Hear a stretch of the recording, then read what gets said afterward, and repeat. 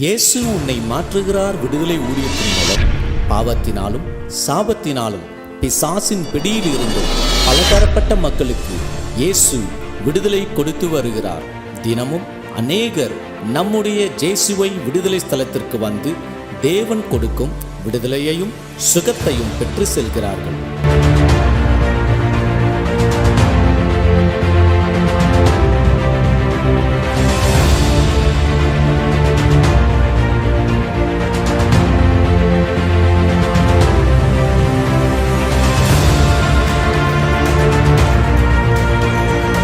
வண்டி அந்த கட்டளை பிடிச்சி அப்படியே ஆட்டுற மாதிரி குழுங்குற மாதிரி இருந்தது. என்ன இதில் ஃபஸ்ட்டு முறை எழுந்து பார்த்தேன், எதுவுமே இல்லை. லைட்டு போட்டு பார்த்தேன், எதுவுமே இல்லை. ரெண்டாவது முறை படுக்கிறேன், தூங்கவும் இல்லை, மூச்சுட்டு தான் இருக்கிறேன். மூச்சுன்ற பிறகும் அதே மாதிரி தான் இருக்கு. உங்களுக்கு கண்ணுக்கு எதுவும் தெரியல? கண்ணுக்கு எதுவுமே தெரியல. கட்டளை பிடிச்சி வலிக்கிற மாதிரி இருக்கு. அப்படியே ஒரு நிலநடுக்கம் வந்து ஷேக்கான அப்படி இருக்கும், அதுமாரி குழுங்குது. உண்மையாலுமே ஐயா ரொம்ப பயத்தோட எழுந்து கதவு ஜன்னலை திறந்து வெளியில் பார்க்குறேன். ஒருவேளை நம்ம ஏரியாவில் வந்து நிலநடுக்கம் வந்துச்சோ அவனும் பார்க்குறேன். ஒரு இடி மின்னல் அந்த அதிர்வினால் அது மாதிரி இருக்கும். வீட்டில் ஏதோ யாரும் நடந்து போகிற மாதிரி இருக்கும். திடீர்னு போகும். வீட்டில் அங்கே கிச்சனில் சமைச்சிட்டே இருப்பாங்க, அப்படியே யாரும் நடந்து போகிற மாதிரி இருக்கும். வெளியே வந்து பார்த்தா யாரும் இருக்க மாட்டாங்க. அப்போ அடுத்து தூங்கிட்டே இருப்போம். ஆள் வந்து தட்டுற மாதிரி டம்முன்னு அதை கதவு அடிப்பாங்க. வெளியே போயிட்டு திறந்து பார்த்தா யாருமே இருக்க மாட்டாங்க. அடிக்கடிக்கு சண்டை நடக்கும் ஐயா. எதுக்கு தான் அந்த சண்டை வருதுன்னு எனக்கே தெரியாது. எந்த பிசாசு வீட்டுக்குள்ள நடமாடுகிறதோ அந்த வீட்டுக்குள்ள ஒரு மனம் இருக்காது. கணவன் மனைவிக்குள்ள ஒரு அண்டர்ஸ்டாண்ட் இருக்காது. பிள்ளைகளோட ஒரு மனம் இருக்காது. அண்ணன் தம்பிகளுக்குள்ள ஒரு எரிச்சல் போராட்டம் இருந்து கொண்டே இருக்கும். ஏனென்றால் பிசாசு நடமாடுகிற இடம் மகிமையை இழக்க பண்ணிடுவான். இன்றைக்கு உங்க மகிமை இழந்து போனதுக்கு காரணம் உங்க வீட்டுக்குள்ள இருக்கிற நடமாடுகிற ஒரு ஆவி. ஒரு வேளை ரத்தத்தினால பூதங்களினால அனுப்பப்பட்டிருக்கலாம், இல்ல விலங்குகளின் மூலமாய் அனுப்பப்பட்டிருக்கலாம். இன்றைக்கு இயேசு விடுதலை கொடுக்க.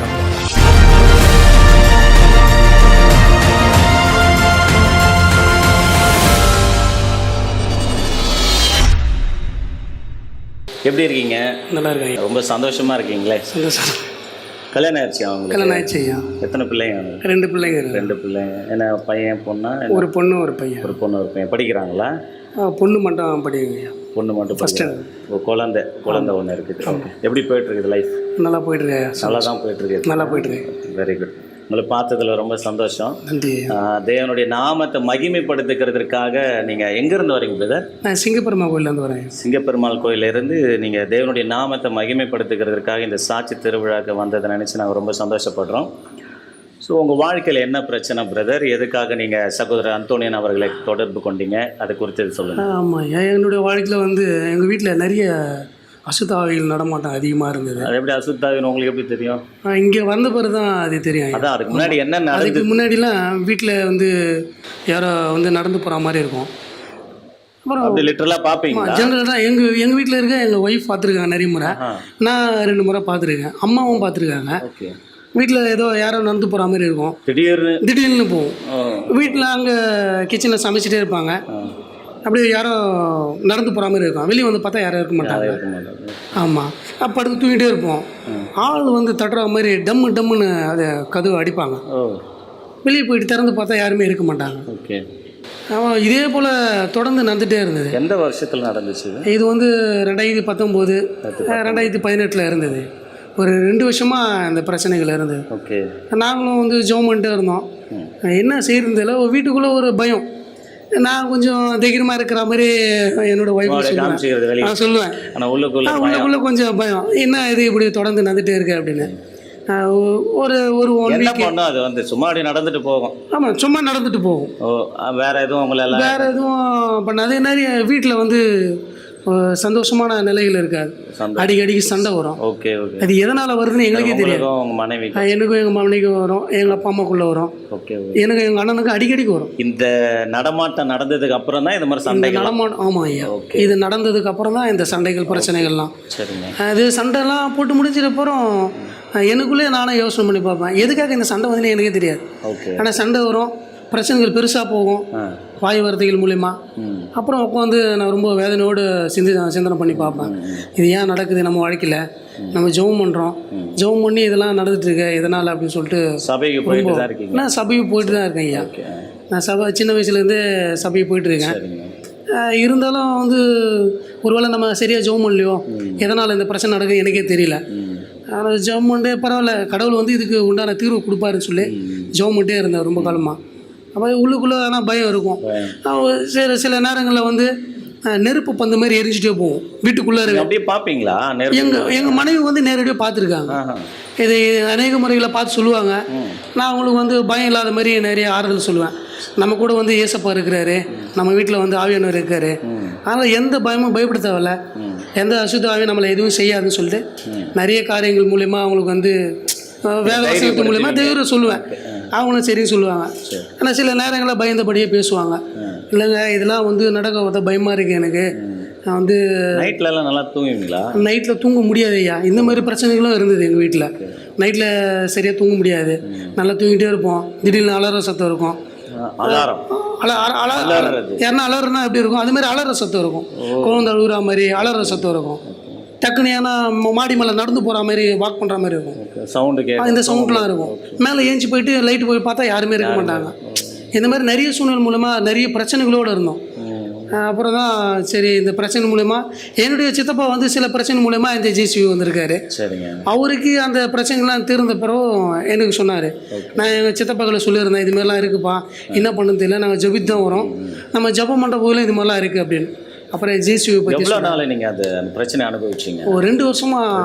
ஆமாம், 2 வருஷமா அது எங்கள் குடும்பத்துக்குள்ள 2 வருஷம் சரியாக தூங்க முடியாது. ஏதோ ஒரு கண்ணுக்கு தெரியாத ஒரு உருவம் உள்ள நடந்துகிட்டே இருக்கும்போது அது ரொம்ப போராட்டமாக இருக்கும். ரொம்ப போராட்டமான விஷயம் ஐயா.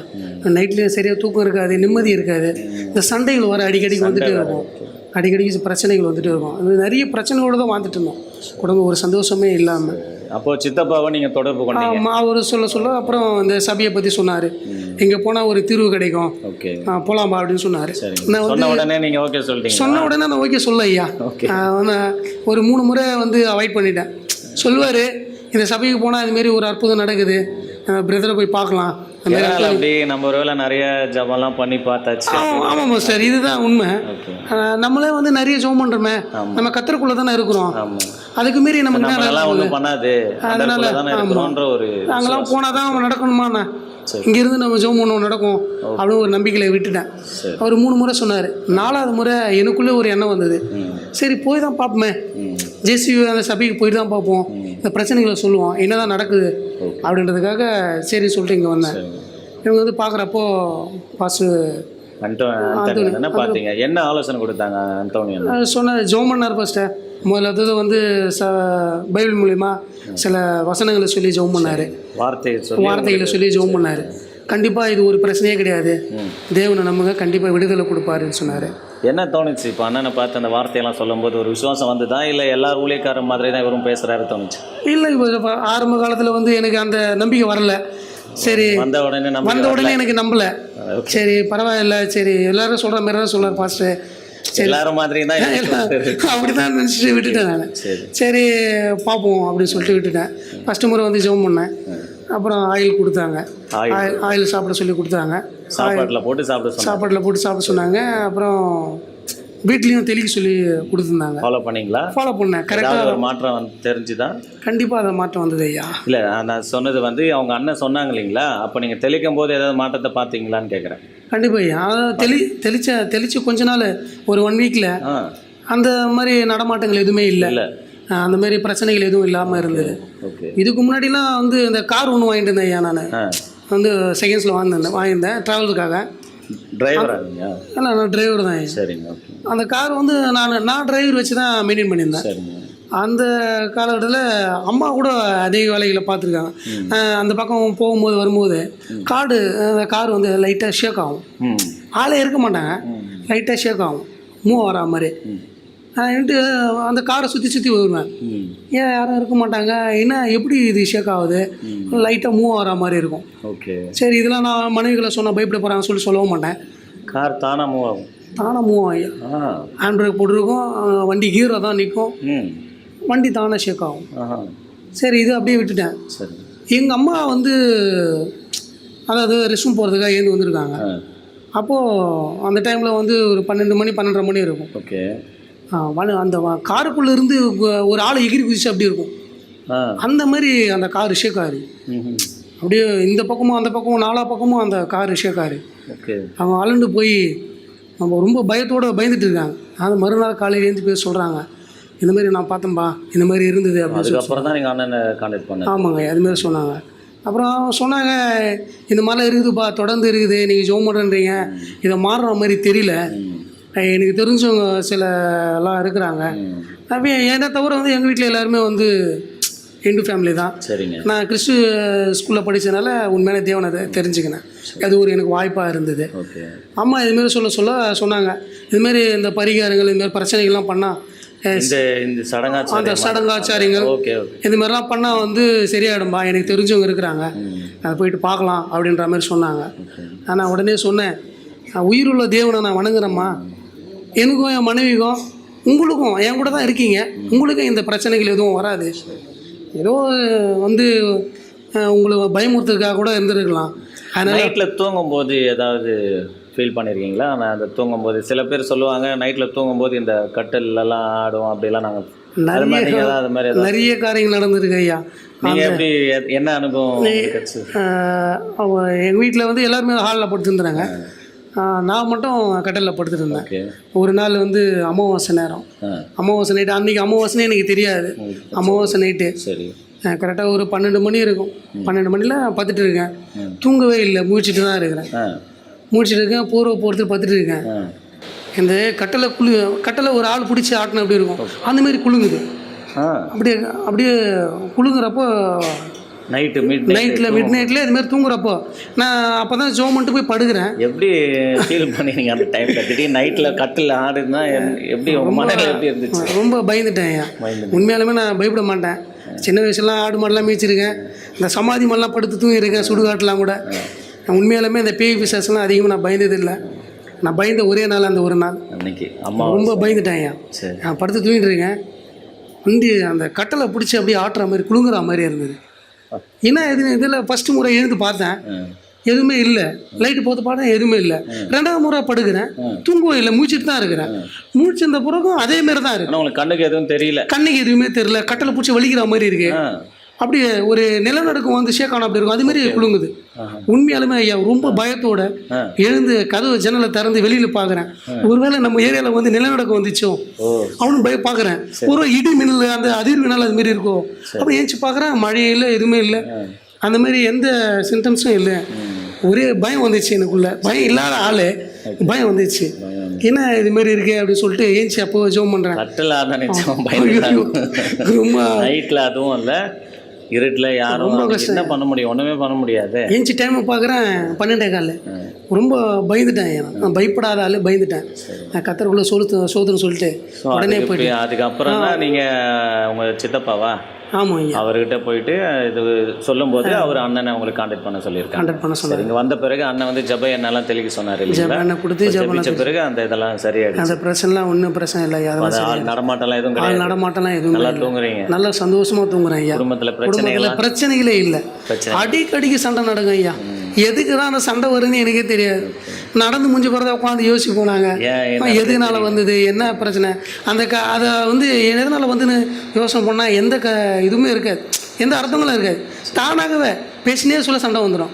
யாராவது ஊழியர்கள் வந்து தண்ணி எண்ணெய்லாம் தெளிச்சு போயிருக்காங்களா வீட்டுக்கு? ஆமாம், இந்த பிரச்சனைகள் தொடர்ந்து இருக்கும்போது அண்ணன் அதுமாரி பாஸ்டர் சொன்னார், ஜேசிவி சென்டர்ல இருந்து ஊழியரை உங்க வீட்டுக்கு அனுப்பியிருக்கிறாரு. ஆமாம், 2 ஊழியர்கள் அனுப்பாங்க. ஜப எண்ணெயை தெளிச்சு இருக்கிறாங்க. ஜப எண்ணெய் வீடு முழுவதும் தெளிச்சு ஜெபம் பண்ணாங்க. அவங்க வந்து போன இந்த நாள் வரையில இருந்து அந்த நடமாட்டங்கள் இல்லை, பிரச்சனைகள் இல்லை. ரொம்ப சந்தோஷமா இருக்கிறோம் குடும்பத்தில்.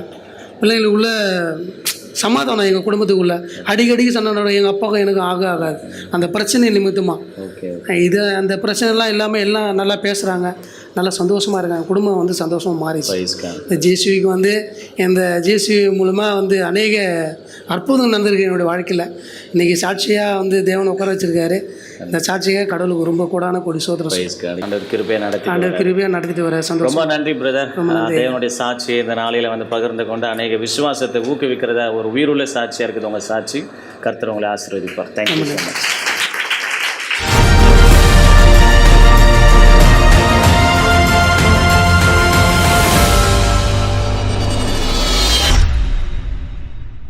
ஆண்டவராகிய இயேசுவின் இனிதான நாமத்தினாலே உங்களுக்கு என் அன்பின் வாழ்த்துக்களை தெரிவித்துக் கொள்கிறேன்.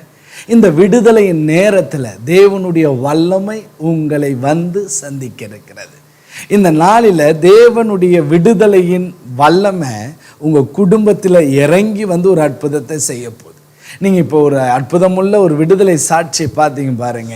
எவ்வளோ ஒரு போராட்டங்கள் அவங்க குடும்பத்தில் ஏதோ ஒன்று நடமாடுகிறது என்று சொல்லி அவங்களுடைய கட்டில் அந்த மாதிரி காரியங்கள்லாம் சொல்கிறாங்க.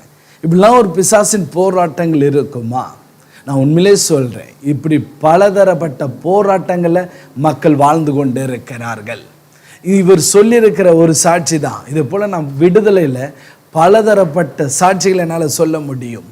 ஒரு நாள் நாங்கள் கோயம்புத்தூர் பகுதி ஊழியத்துக்கு போயிருந்தேன். அப்பொழுது ஒரு தேவ மனிதர் என்னை பார்த்து அவங்க வீட்டுக்கு என்னை கூட்டி போனாங்க. அன்றைக்கு மதியம் அவங்க வீட்டில் எங்களுக்கு உணவு ஆயத்தப்படுத்தினாங்க. நாங்கள் அங்கே அவங்க வீட்டில் சாப்பிட்டு முடித்த உடனே அந்த தேவ மனிதருடைய துணைவியார் வந்து என்னிடத்துல சொன்னாங்க, பிரதர், இந்த வீட்டில் யாரோ ஒருத்தர் நடமாடுகிறாங்க பிரதர், எங்களுக்கு ஒன்றும் புரியலை, எங்களுக்காக நீங்கள் ஜெபம் பண்ணுங்க. எங்களுடைய குடும்பத்தில் சிலருக்கு கால் வலிக்குது, நடக்க முடியல, கால் பிரச்சனை, இடுப்பு பிரச்சனை எல்லாம் சொன்னாங்க.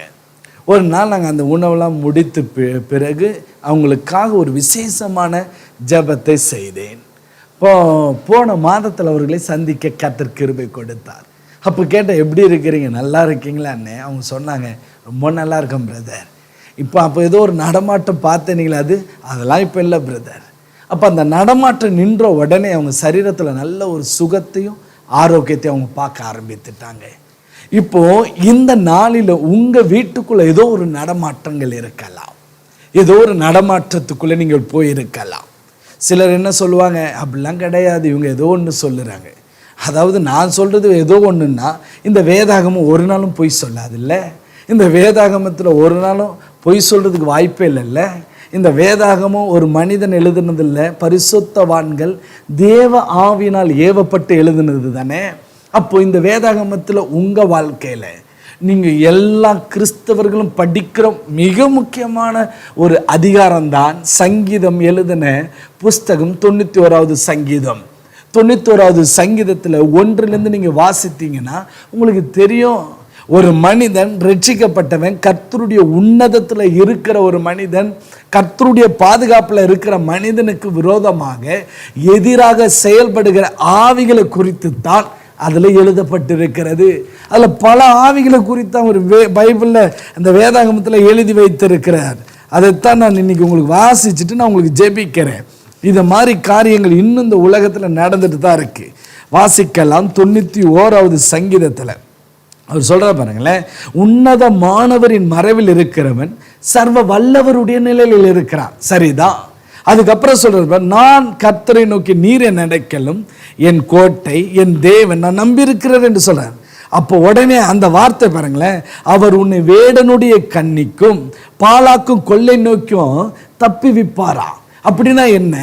இந்த உலகத்துல சாத்தானுடைய கண்ணிகள் இருக்கிறது. உங்களை அபகரிக்கணும், உங்களை பிடிக்கணும், உங்களை கட்டி பிடிக்கணும், உங்களுடைய கால்களை பிடிக்கணும்ட்டு அப்படி கண்ணிகள் எல்லா இடத்துலையும் இருக்குதா. யாரு சொன்னா? பைபிள் சொல்லுது, வேற யாரும் சொல்லல. அப்போ அதுக்கு அடுத்தது என்ன சொல்றீங்க? அதுக்கு அடுத்தது பாருங்களேன், கொள்ளை நோக்கி உன்னை நான் தப்பு வைக்கிறேன். அப்படி எல்லா பிரச்சனைகள் எல்லாம் வரும், அதன் மத்தியில் உன்னை தப்பு வித்து உன்னை நான் பாதுகாக்கிறேன் என்று கர்த்தர் சொல்லுகிறார். ஒரு ஆமீன் சொல்லுங்க பார்க்கலாம். அது மாத்திரம் இல்லைங்க, 5வது வசனம் பாருங்கள்ல, இரவில் உண்டாகும் பயங்கரத்துக்கும் பகலில் பறக்கும் அம்புக்கும். அதாவது பிசாசுனுடைய அம்புகள் இருக்கிறது. இரவில் இங்க சொல்லிருக்கு பயங்கரத்துக்கும். இரவில் சில நேரம் பயங்கரமான காரியங்கள் நடக்கலாம், சம்பவிக்கலாம். ஆனால் அதாவது அந்த இடத்துல அழகா எழுதியிருக்கிறாரு. அதுக்கப்புறம் பாருங்களேன் 6வது வசனம், இருளில் நடமாடும் கொள்ளை நோய்க்கும் மத்தியானத்தில் பாலாக்கும் சங்காரத்துக்கும் பயப்படாது இருப்பாய். நல்லா பாருங்க, நடமாடுகிறது. அப்போ ஏதோ ஒரு ஆவி நடமாடுதாங்க. அது யார் எழுதுனா? வேதாகமத்தில் எழுதி இருக்குது. ஏதோ நாங்கள் சொல்றதோ ஏதோ நாங்கள் பார்க்கறதோ இல்லை. இயேசு கிறிஸ்து பரலோகத்தின் தேவன் இந்த உலகத்தில் எல்லா ஆவிகளும் நடமாடும், இப்படிதான் இருக்குன்னு இந்த பரிசுத்த வேதாகமும் நமக்கு சொல்லி இருக்கிறது. இன்றைக்கு ஒருவேளை உங்க வீட்டுக்குள்ள நடமாடலாம், சிலர் அதை புறக்கணிக்கலாம், அவங்களுக்கு அந்த வெளிப்பாடு இல்லாம இருந்திருக்கலாம். இப்போ நீங்க போனீங்கன்னா, நல்லா ஆராதிக்கிற ஒரு நபர் கையில போனீங்கன்னா அவர் ஆண்டவரை ஆராதித்து கொண்டே இருப்பார். ஏன்? அவர் மேல அந்த அபிஷேகம் அவர் ஆராதித்து கொண்டே இருக்கும். ஆனா அவரால் பிரசங்கம் பண்ணுகிறவங்களை பத்தி தெரியாது, வேதத்தை தியானிக்கிறவங்களை பத்தி புரிந்து கொள்ள முடியாது. அதனால அவங்க என்ன பண்ணுவாங்க, வேதம்லாம் முக்கியம், ஆராதனை மாத்திரம் முக்கியத்துவம் கொடுக்கிறாங்க. அதுவே பிரசங்கத்தை பண்ணுகிற, வேதத்தை படித்து அதிலேயே வளர்ந்து நிறைய சத்தியங்களை சொல்லுகிறவர் இருக்காங்க. அவங்க ஆராதனைக்கு அவ்வளவா முக்கியத்துவம் தரமாட்டாங்களா சொல்லல. ஆனா ஒவ்வொருத்தரும் ஒவ்வொருடைய வட்டத்துக்குள்ள உட்கார்ந்து கொள்றாங்க. சிலரை பாருங்க, நல்ல ஊழியங்களை நல்லா செய்வாங்க, ஜெபம் நல்லா ஜெபிப்பாங்க, 21 நாள் உபவாசம், 7 நாள் உபவாசம், எல்லாம் ஜெபம் பண்ணுவாங்க. எல்லாம் முக்கியம்தான். ஆராதனை முக்கியம், போதனை முக்கியம், உபவாச ஜெபம் முக்கியம். அதே போலதாங்க விடுதலை ஊழியன்ட்டு ஒன்று இருக்கிறது. இயேசு இந்த உலகத்தில் வரும்போது அவரை குறித்து 500 ஆண்டுகளுக்கு முன்பாக ஏசாயா தீர்க்கதரிசி ஏசாயா 61வது அதிகாரம் 1வது வசனத்தில் சொல்லியிருக்கிறார், சிறுமைப்பட்டவர்களுக்கு சுவிசேஷத்தை பிரசங்கிக்கும்படி தேவன் அவரை அபிஷேகம் பண்ணினாரா. இருதயம் நொறுங்குண்டவர்கள் காயம் கட்டுண்டவர்களை கட்டவிழ்த்தல் கூறவோ, சிறைப்பட்டவர்களுக்கு விடுதலை, இப்படி எல்லாமே சொல்லி இருக்கிறாங்க. அப்போ எல்லா காரியத்தில இருந்து விடுதலை ஊழியம் நடந்திருக்கிறது. அதைத்தான் இயேசு இந்த உலகத்தில் இருந்து அவர் புறப்பட்டு போகும் பொழுது சொன்னார்ல, நீங்கள் புறப்பட்டு போய் வியாதிஸ்தரை குணமாக்குங்க, பிசாசுகளை துரத்துங்க. அப்போ சில பிசாசுகள் லேண்ட்ல இருக்கும், நடமாடும், உங்க தெருவில் நடமாடலாம், உங்க வீட்டுக்குள்ள நடமாடலாம். ஆனா இன்றைக்கு இயேசு ஒரு விடுதலை கொடுக்க போறார். அந்த மகன் பாருங்க, அவர் தூங்க முடியல, அமாவாசை நேரமெல்லாம் ஒரே பயம், ஒரே நடுக்கம். இது எப்படி வந்திருக்கும், எங்க வந்திருக்கும், அதெல்லாம் யோசித்தா விளங்காது. அப்ப நம்ம என்னதான் செய்யணும், ஜெபிக்கலாம். இன்றைக்கு விடுதலை கொடுக்கிற இயேசு உங்களுக்கு ஒரு விடுதலை கொடுக்க போறார், உங்களுக்கு அற்புதத்தை செய்ய போறார். இனி உங்க வீட்டுல அந்த நடமாட்டம் இல்லாம போயிடும். என்னைக்கு நடமாட்டம் இருக்கிறதோ அந்த வீட்டுக்குள்ள ஒரு சந்தோஷம் இருக்காதுங்க, நிம்மதி இருக்காது. அந்த இடமே அதை அழிச்சிரும். எந்த பிசாசு வீட்டுக்குள்ள நடமாடுகிறதோ அந்த வீட்டுக்குள்ள ஒரு மனம் இருக்காது, கணவன் மனைவிக்குள்ள ஒரு அண்டர்ஸ்டாண்ட் இருக்காது, பிள்ளைகளோட ஒரு மனம் இருக்காது, அண்ணன் தம்பிகளுக்குள்ள ஒரு எரிச்சல் போராட்டம் இருந்து கொண்டே இருக்கும். ஏனென்றால் பிசாசு நடமாடுகிற இடம் மகிமையை இழக்க பண்ணிடுவான். இன்றைக்கு உங்க மகிமை இழந்து போனதுக்கு காரணம் உன் வீட்டுக்குள்ள இருக்கிற நடமாடுகிற ஒரு ஆவி. ஒருவேளை இரத்தத்தினால பூதங்களினால அனுப்பப்பட்டிருக்கலாம், இல்ல விலங்குகளின் மூலமாய் அனுப்பப்பட்டிருக்கலாம். இன்றைக்கு இயேசு விடுதலை கொடுக்க போறார். அவருக்கு செய்தவர் உங்களுக்கு செய்ய போகிறார். அந்த விடுதலை நீங்க பெற்றுக்கொள்ள போறீங்க. ஒரு அற்புதம் நடக்க போகுது. இரவுல தூங்க முடியல, யாரோ உங்களை அழுத்துற மாதிரி இருக்குல்ல, யாரோ ஒரு டோர் திறக்கிற மாதிரி இருக்குல்ல, பல சம்பவங்களை என்னால சொல்ல முடியும். எல்லா சம்பவத்துக்கும் முடிவு இந்த பரிசுத்த வேதாகமத்தில் கர்த்தர் வெளிப்படுத்தி வைத்திருக்கிறார், இதுல எழுதி வைத்திருக்கிறார். விடுதலை உண்டு. அதனால்தான் அவர் சொல்றாரு, என் நாமத்தின் எதை கேட்டாலும் செய்வேன், எந்த பிரச்சனை இருந்தாலும் என்னால் அதை தீர்க்க முடியும் என்று கர்த்தர் சொல்றார். அதனால தன் சீசர்களுக்கு சொன்ன சகல பிசாசுகளையும், சகல அசுத்தாவியும், சகல நோய்களையும் துரத்த அதிகாரம் இயேசுவுக்கு இருக்கிறது. இன்றைக்கு ஜெபிக்கும் பொழுது அதிகாரம் உள்ள இயேசுவாகிய தேவன் உங்க வீட்டில் இருக்கிற ஆவிகளை துரத்தி போடுவார். இன்றைக்கு உங்களுக்கு ஒரு அற்புதம் நடக்க போகுது, ஒரு விடுதலை உண்டாக போகிறது. உங்க வீட்டுக்குள்ள நடமாடுகிற ஆவிகள், வியாதியை கொண்டு வந்திருக்கிற ஆவிகள், உங்களுடைய சரீரத்தை பலவீனப்படுத்துகிற ஆவிகள், உங்க குடும்பத்தை அம்புகளினால், வேடனுடைய அம்பு, அதனுடைய கிரியைகள் எல்லாத்தையும் உடைத்து போட போகிறார். நான் உங்களுக்காக ஜெபிக்க போறேன். ஜெபிக்க ஆயத்தமா? இன்றைக்கு பரலோகத்தின் வல்லமை உங்கள் மத்தியில இறங்கி வர போகிறது. அந்த பிரசன்னம் உங்களை தொட்டு விடுவிக்க போகிறது. எல்லாம் சோதரிக்கிறோம், நம்ம ஜெபிக்கலாம். எல்லாம் எழுந்து கொள்ளுங்க. இந்த விடுதலை நேரத்தில் இதை பார்த்து கொண்டு இருக்கும் பொழுது பரலோகத்தின் வல்லமை இறங்கி வரப்போகிறது. கொஞ்ச நேரம் சோத்திரம் பண்ணி கொண்டே இருங்க. உங்கள் வாழ்க்கையில உங்கள் கையிலே கர்த்தர் கொடுத்திருக்கிற இந்த பரிசுத்த வேதாகமத்துல சோத்திரிக்கும். உன் பக்கத்துல 1000 பேர் 10,000 பேர் வந்தாலும் உன்னை ஒன்று செய்ய முடியாது. என் கர்த்தர் கொடுத்திருக்கிறார். அவர் உன்னை பாதுகாப்பார். இன்றைக்கு அந்த வல்லமை உன்னை விடுவிக்க போகிறது. கொஞ்ச நேரம் எல்லாரும் ஸ்தோத்திரம் பண்ணுங்க. Thank you Jesus. தேவனுடைய வல்லமை, தேவனுடைய கரம், தேவனுடைய அபிஷேகம் இறங்கி வரட்டும். ஹல்லேலூயா. இந்த நாளில், இந்த ஜெபிக்கிற இந்த நேரத்தில் ஒரு அக்கினி இறங்கி வருவதாக, அக்கினி இறங்கி வருவதாக, அக்கினி இறங்கி வருவதாக. Thank you Jesus.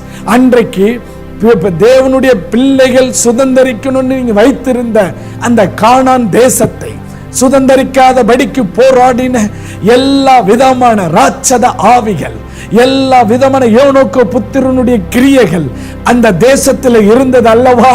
அதை எல்லாவற்றையும் துரத்தின அந்த வல்லமை இப்பொழுது இறங்கி வந்து கொண்டிருக்கிறது.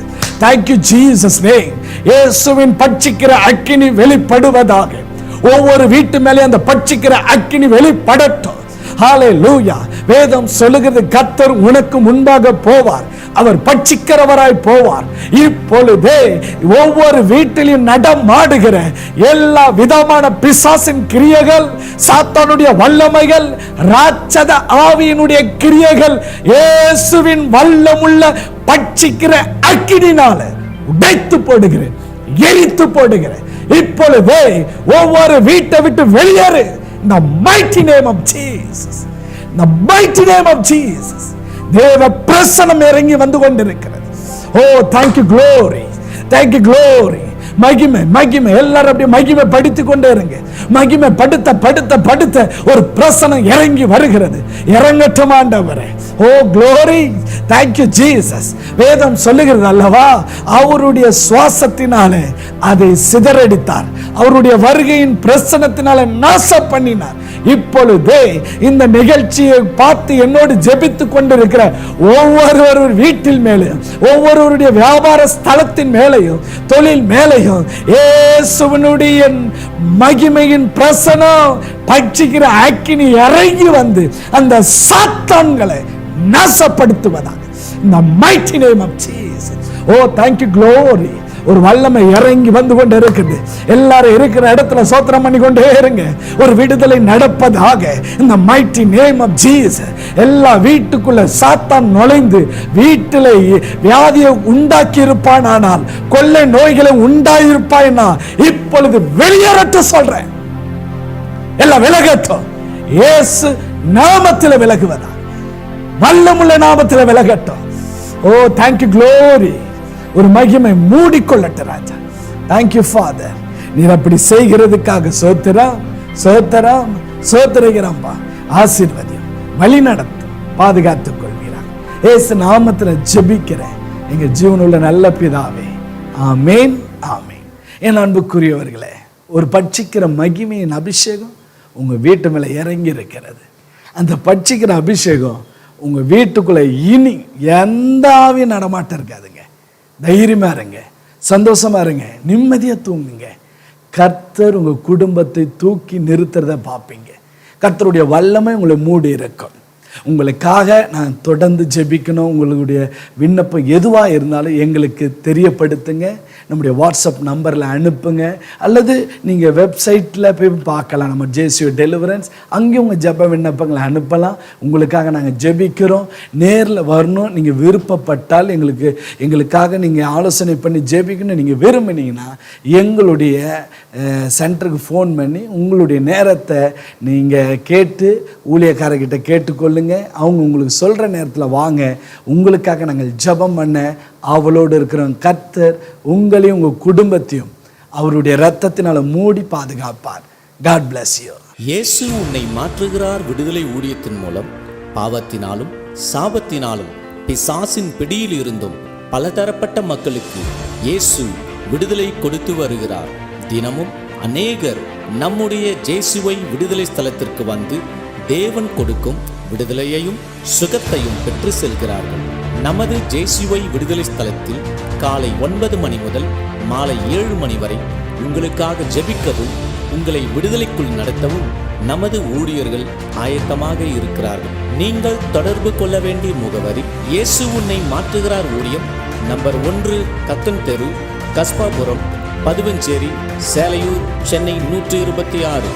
மேலும் தொடர்பு கொள்ள 98 41889948. தேவன் தாமே உங்களை ஆசீர்வதிப்பாராக.